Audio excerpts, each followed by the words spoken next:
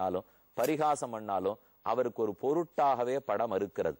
நம்ம எல்லாரும் சொல்லுவோமே, ஒரு லைன் போட்டிருக்கா, கோடு போட்டிருக்கா, அந்த கோட்டை அழிக்க முடியாது. ஆனா அந்த கோட்டை சின்னதாக்கணும்னா அதை விட பெரிய கோடு போடுறதுதானே வழி. நமக்கு இல்லற வாழ்க்கை, அலுவலக வாழ்க்கை, உடல் வாழ்க்கை இப்படிங்கிற சின்ன கோட்டை வச்சுட்டு இருக்கோம். இந்த கோட்டில் இருக்கிற கொஞ்ச நஞ்சம் தவறு நடந்தாலும் தாங்க மாட்டாமல் தவிக்கிறோம். இந்த நிலையை தாண்டறதுக்கு வழி, இதுக்கு பக்கத்துல பெரிய கோடான பக்தி, பகவத் தியானம். அந்த கோட்டை போட்டுட்டோம்னால் அது ரொம்ப பெரிய உலகம். இந்த உலகம் ரொம்ப சின்னது. இதை திரும்ப திரும்ப எத்தனை நாள் யோசிச்சாலும் வெறுப்பு வந்துடும். ஆனா பகவான் லோகம்னா இடம்னு சொல்ல வரல, பகவானை பத்தின சிந்தனம், அவர் குணங்களை நினைத்தல், அவன் சரித்திரங்களை பேசுதல், அவனிடத்தில் நெஞ்சை ஈடுபடுத்துதல். இவ்வுலகம் பெரிய உலகம். இந்த உலகம் கையில இருந்துடுத்து. அப்ப இதுல ஏதேனும் தவறு நிகழ்ந்தாலும் அது பெரியதாக படாது, பதட்டத்துக்கு ஆளாகவே மாட்டோம். அதனாலதான் பல ஞானிகளை பார்த்தீங்கன்னா நிதானம் தவறாமல் இருக்கிறார்கள். ஏதானும் தப்பு நடந்துட்டா கூட ஒன்னும் பெருசா அவ கவலைப்படுறதும் கிடையாது. அப்படிப்பட்டவர் தான் ஜடபரதர். அதனால இவர் எள்ளும் கொள்ளும் வெடிச்சுட்டு இருக்கார். ராஜா பரதர் ஒன்னும் அசையவே இல்லை, அவன் பேசுறத கேட்டு இருக்கார். ஒரே காரணம், சர்வபூத சுகிருதாத்மா யோகேஸ்வர சர்யாயாம் நாதி வியுத்பன்னமதிம் ஸ்மயமான இவ விகதஸ்மய இதமாக. அவன் விஷயண்டே இருக்கார். ஆனா இவர் புனிசிரிப்பே மாறாமல் அவனை ஏற இறங்க பார்த்துண்டு, ராஜாவா இருக்கார், மொத்த சொத்துக்கும் அதிபதி, கண்ணை செத்தா வேலை செய்யறதுக்கு ஆயிரக்கணக்கானவர்கள். ஆனால் என்ன தவிக்கிறார், எவ்வளவு துடிக்கிறார், எதற்கு எவ்வளவு பதட்டம். அந்த பதட்டத்தை பார்த்து ரொம்ப வேடிக்கையா இருக்கு ஜடபரதருக்கு. அவர் சிரிப்பு மாறாமல் ரகுகணனிடத்திலே பேச ஆரம்பிக்கிறார்.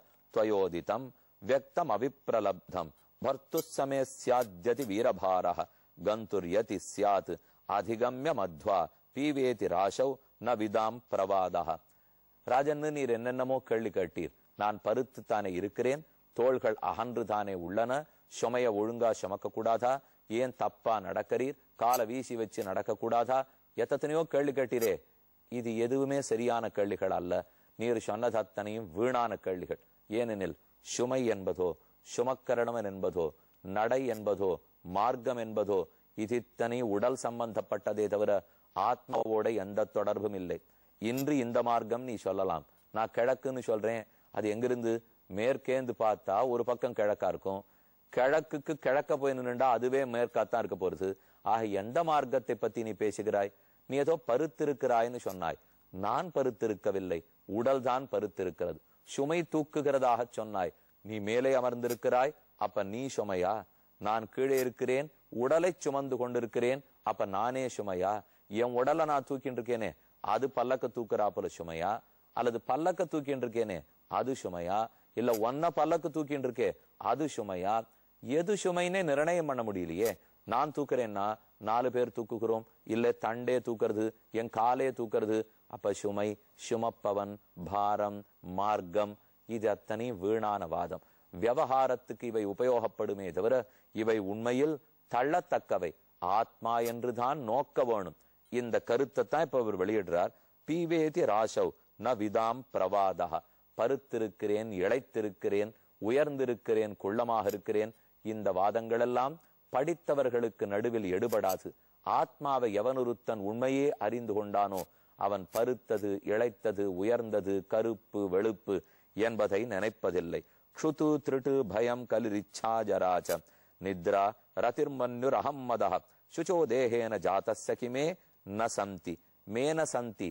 எனக்கு பசி கிடையாது, தாகம் கிடையாது, ஒன்னும் வியாதி கிடையாது, மனோவியாதி கிடையாது, அதே போல் இச்சை ஆசை கிடையாது, மூப்பு கிடையாது, தூக்கம் கிடையாது, கோபம் கிடையாது.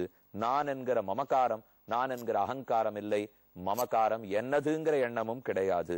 சுச்சோ தேகேன ஜாதஸ்ய கிமே ந சந்தி. இது இத்தனை உடலுக்குண்டான பண்பாடுகளே தவிர ஆத்மாவான எனக்கு இருக்கிற பண்பாடே அல்ல. அப்போ நீர் தூக்கவே இல்லையா? சுமையே கிடையாதா? நான் அமர்ந்திருக்கவில்லையா? நான் ராஜா மேல் அமர்ந்திருக்கிறேன், நீர் கீழே இருக்கிறீரே என்று அரசன் கேட்டான். கீழே ஒரு கதை சொன்னே, உங்களுக்கு ஞாபகம் இருக்கும். ரிபு நிதாகர் அப்படின்னு 2 பேரை பத்தி. ஆச்சாரியனொத்தர் சிஷ்யனொத்தர். 1000 வருஷத்துக்கு ஒருத்தர் ஆச்சாரியன் வந்தார். சிஷ்ய பிள்ளை நன்னா ஞாபகம் வச்சுருக்கானான்னு பார்த்தார். ஆனா ஆத்மா வேறு தேகம் வேறுங்கிறத சிஷ்யன் மறந்து போயிட்டு ஒரு தரையும் ஆச்சாரியனை அடையாளம் கண்டுகொள்ள முடியாமல் கடைசியில ஒரு ஊர்வலத்துல நடுவுல சிஷ்யன் நின்று இருக்கான். எல்லாம் வரிசையா ரத கஜ துரக பதாதிகள் போய்கொண்டிருக்கிறார்கள்.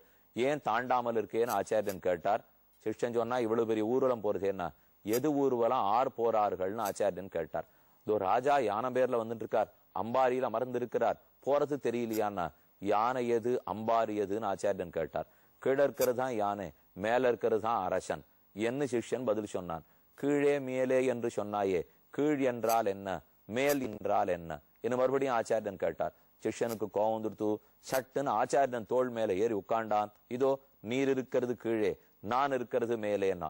அதுக்கும் விடாம ஆச்சாரியன் கேட்டார், நீ என்று சொன்னாய், நான் என்று சொன்னாயே, அதில் வேறுபாடு யாது? அப்ப நீயோ நானோ கீழோ மேலோ, யானையோ அம்பாரியோ அரசனோ குதிரையோ ஒட்டகமோ எதுவாக இருந்தாலும் உடலுக்குண்டான வேறுபாடே தவிர ஆத்மா பேரில் இந்த எந்த வேறுபாடுகளும் தட்டாது என்கிற உயர்ந்த கருத்தை தான் இப்ப சொல்றார். ஆனா இதுக்கு எவ்வளவு அழகான உதாரணங்களோட சொல்றாருங்கிறதை பொறுத்திருந்து கேட்போம்.